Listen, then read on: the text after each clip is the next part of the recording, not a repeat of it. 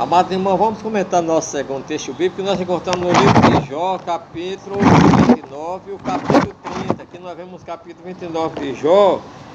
Jó prosseguiu dizendo: ai, quem me dera ser como fui nos meses passados, como nos dias em que Deus me guardava, quando fazia resplandecer a sua candeia sobre a minha cabeça, e eu com a sua luz caminhava, como era nos dias da minha mocidade, quando o segredo de Deus estava na minha tenda. Então, meus amados irmãos, nós vemos agora Deus desejando, Jó desejando voltar aos seus dias. Diante daquele sofrimento, ele agora estava desejando. Ele diz: quem me dera ser como eu era antigamente, né? É um homem com saúde, um homem com vida, um homem com riqueza, com uma boa família. Agora perdeu tudo isso, perder a saúde, e agora, acusado pelos seus amigos de pecador, ele agora está dizendo: quem me dera ser como nos dias passados, né? Ele diz: quando Deus me guardava. Na verdade, Deus estava guardando Jó, mas ele estava sendo provado ainda, não é? Ele diz que o segredo de Deus estava na sua tenda. Naquele tempo, o Todo-Poderoso ainda estava com ele. E os meninos ao redor dele, irmão, que sofrimento. Deve lembrar de tudo isso, da perda dos seus filhos, da perda dos seus bens, de servir a Deus, né? Ele diz que eles lavavam os passos dele na manteiga, e a rocha corria leite, quer dizer, tinha riquezas. E agora nós vemos ele naquela pobreza, né?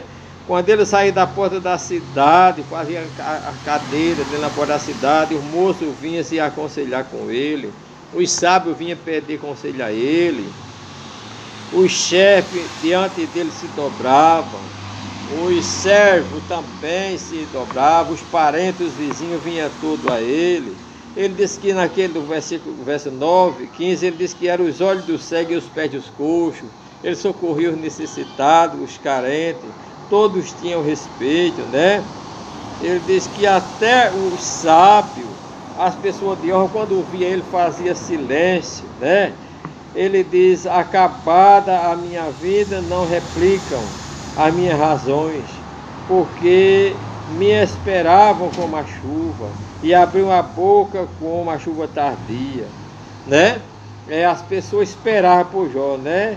Se me ria para ele, não o cria, se não fazia bater a luz no rosto, né? Então, se eu escolhia o seu caminho, assentava-me como chefe e habitava como rei entre as suas tropas, como aquele que consola os que planteiam. Então Jó era tudo aquilo, ele era os pés do coxo, era os olhos dos cegos, se sentava entre os conselheiros para dar conselho. E aí ele era cheio de amigos, aí ele era cheio de bens, e aí tinha muitos amigos na sua casa, todo mundo temia, todo mundo se postava, os servos, os senhores. Mas agora, depois que Jó perdeu os seus bens materiais, perdeu os seus filhos, a própria mulher disse: amaldiçoa este Deus e morre, né? Os amigos lhe acusavam de pecador, de ter pecado contra Deus. Então, meus amados irmãos, ele disse que a coisa agora mudou. Os seus amigos, seus parentes se afastaram dele, conforme o capítulo 30, não é? Ele diz que até os meninos que sempre se prostravam onde ele passava, agora riam, escarnecia dele. Os servos não lhe obedecem. Ele diz que agora era a canção dos seus servos, era um provérbio, não é? Ele diz que abomina e foge para longe de mim, o meu rosto não se privam de cuspir. Já pensou, irmão? Até cuspiam no rosto de Jó. Abomina e foge para longe de mim, porque Deus desatou a sua corda, né? E que me oprimiu, né? Pelo que sacudiram de si o freio perante meu rosto. Mas já pensou, irmão? À direita se levantam os moços e empurram os teus pés e preparam contra mim os seus caminhos de destruição. Então, irmão, o que é que nós vamos ver aqui diante de Jó? É que é uma realidade também hoje, que os homens, os amigos, as pessoas sempre têm respeito a gente, sempre quando a gente está bem, quando a gente tem as coisas, quando a gente tem um equilíbrio físico, quando a gente está bem materialmente, quando a gente está bem espiritualmente, quando a gente tem coisas boas para dar a ele. Nós, quando essas coisas, né? Riqueza, saúde, bens, fama, desaparece da gente, logicamente essas pessoas que nos cercavam, que se prostravam, né, que nos honravam, elas também passam a nos desprezar, em vez de ser o contrário, de chegar perto, de nos consolar, de nos confortar, de socorrer-nos, elas se afastam de nós, porque é muito fácil chegar perto das pessoas quando a pessoa tem um sã juízo, quando a pessoa tem saúde, quando a pessoa tem bem material, quando a pessoa é uma pessoa sábia, intelectual, tem bastante saúde, quando Deus tem abençoado. Agora, quando o homem perde tudo isso, aí nós vamos ver onde estão os amigos, onde estão os parentes, onde estão os nossos servos, onde estão os nossos irmãos.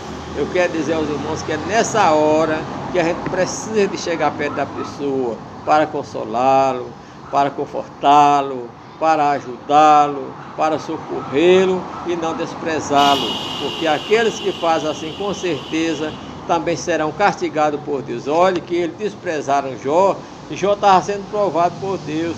Nós vemos que os amigos de Jó, nós vamos ver no final do capítulo, Deus vai mandar que eles peçam perdão a Jó, e que Jó ore por eles, para que Deus perdoe a loucura do que eles cometeram contra Jó. Então, meus amados, se nós vemos até o nosso inimigo, não é nem o nosso amigo, cair, não nos regozijemos com a queda dele. Se vemos ele passando fome, dê pão a ele. Se vê ele passando sede, dê água a ele, né? E não se alegre com o seu fracasso. Não ponha tropeço para o seu inimigo cair. Pelo contrário, quando ele cair, chegue perto dele e diga: está precisando de alguma coisa, meu amigo? Eu posso lhe ajudar em alguma coisa. Mas se a gente vai fazer isso com os inimigos, imagine o que temos que fazer com nossos irmãos, com nossos amigos, quando precisarem. Amém, meus amados? Que nós não sejamos como os amigos de Jó, como os servos de Jó, como os parentes de Jó, como os vizinhos de Jó, como as pessoas da elite que estavam junto a Jó. E na hora que Jó caiu na calamidade, eles desprezaram a Jó, e agora Jó só tinha a Deus para lamentar, porque até os seus amigos que vieram para consolá-lo, para confortá-lo, passaram a ser instrumento de Satanás para acusá-lo de ter pecado, de estar sofrendo as consequências do seu pecado contra Deus. Que Deus abençoe os irmãos.